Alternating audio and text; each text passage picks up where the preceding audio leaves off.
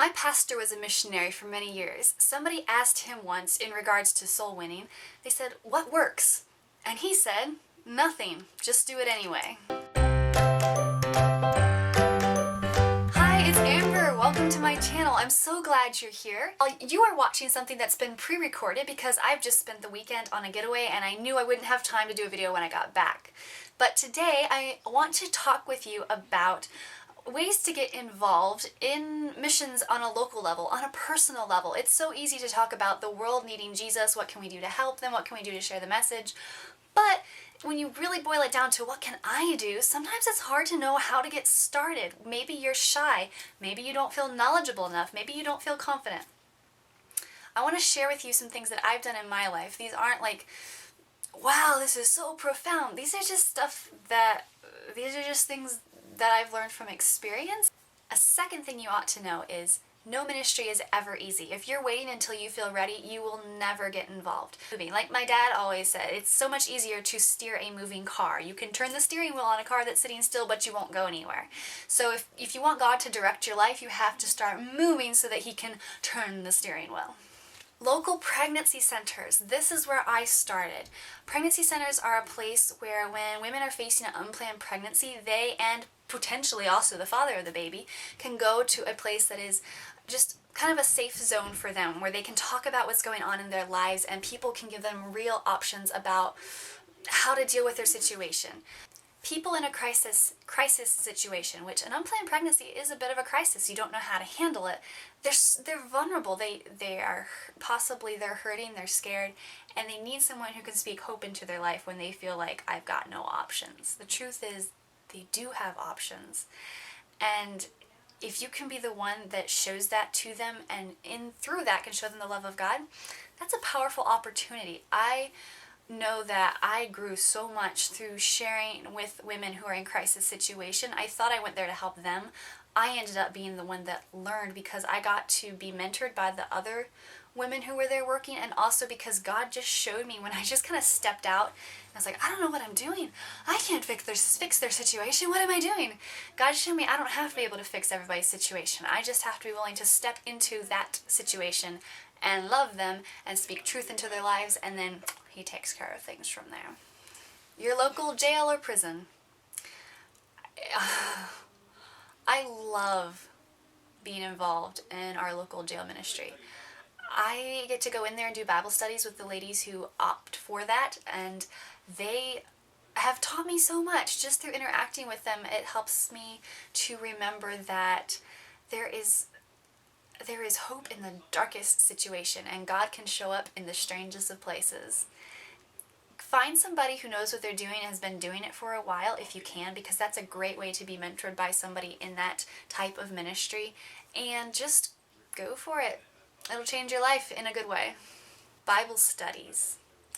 Maybe you feel like, I don't know enough about the Bible to teach a Bible study. Well, guess what?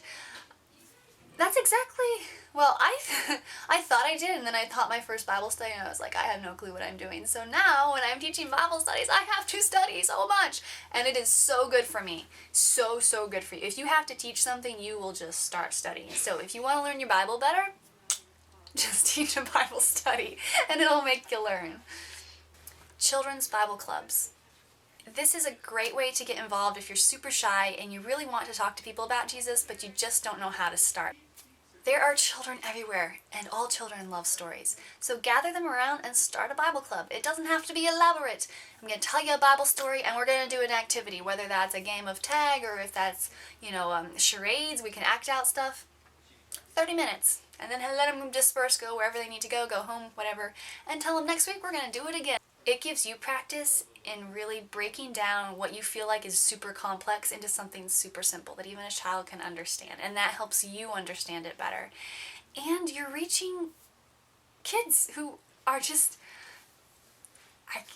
it blows my mind how many kids are in this world with no adult figure in their life who loves them and who is stable and actually knows how to love and isn't in a crisis situation. It breaks my heart how many kids need an adult in their life who loves them. You could be that adult.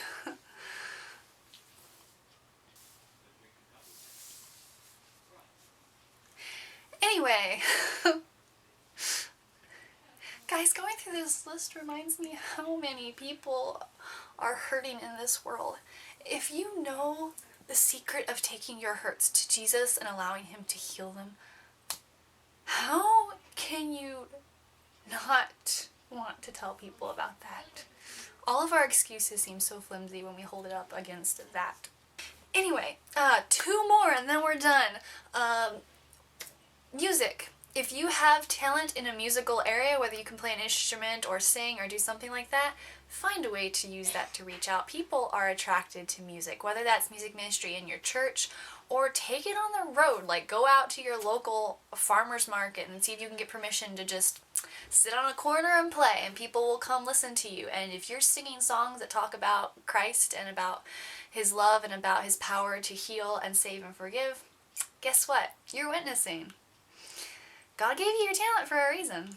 The last thing I want to mention is street evangelism. If you don't know what this is, it's when you go out onto the street where there are people walking in a public area and you talk to them about God. Maybe you pass out literature so that they can read. Maybe you initiate conversations and say, hey, can I ask you a few questions? And then you have a conversation and go from there. It takes a great deal of boldness to do street evangelism. And the best way to get started with that is to partner up with somebody. If you don't know somebody who is comfortable with street evangelism, ask around. Find somebody either in your church or in another church in your area that you know and trust, and say, listen, I want to learn how to do this. Show me how to start valuable, meaningful conversations with people that can lead to something else. And they will be more than happy to take you under their wing and show you the ropes. I promise you that. We have no excuse not to get involved. This isn't even optional for a Christian. It's not like, okay, we're saved and some of us might possibly talk to people about God. That's like saying I'm married, but I'm never going to tell anybody about my significant other. It's a secret. You can't be married and not want to talk about your significant other, and you can't be a Christian and not want to talk about Christ. It's just how it works. But some of us are timid and struggle. Wait a minute, what am I saying? All of us struggle with fear in this area. So I hope that by giving you some practical ideas, things that I've actually done myself, I hope it encourages you to put on your thinking cap and think, how can I use what I'm able to do to talk to other people? Maybe you're great with kids. Maybe you have a musical ability. Maybe you're really good at getting down in the streets or in the jail or places where other people might feel more shy. Maybe you're more comfortable with that and that's your realm. Find your fishing hole, if you want to say that, and go fish for men. Because somebody fished for you. Aren't you thankful they did? This is so important to realize. You don't get involved in outreach, in missions, to do anything except to glorify God. You don't do it to make yourself feel better or look better. In the grand scheme of things, you don't even do it to help other people, although that is a side benefit. You do it to show God's glory because you are telling a message that is beautiful beyond words, and it shows off how amazing God is. So anytime that you are doing one of these things and trying to get involved, don't try to rate success based on how many people respond to you or how good I feel about what I did. That's not how you measure success. Did I speak the truth and did I speak it in love? And if you did that, you're good. Let God handle the rest. Thank you for watching. If you liked this video, then please like this video. And I hope that you have a great rest of your day. Goodbye!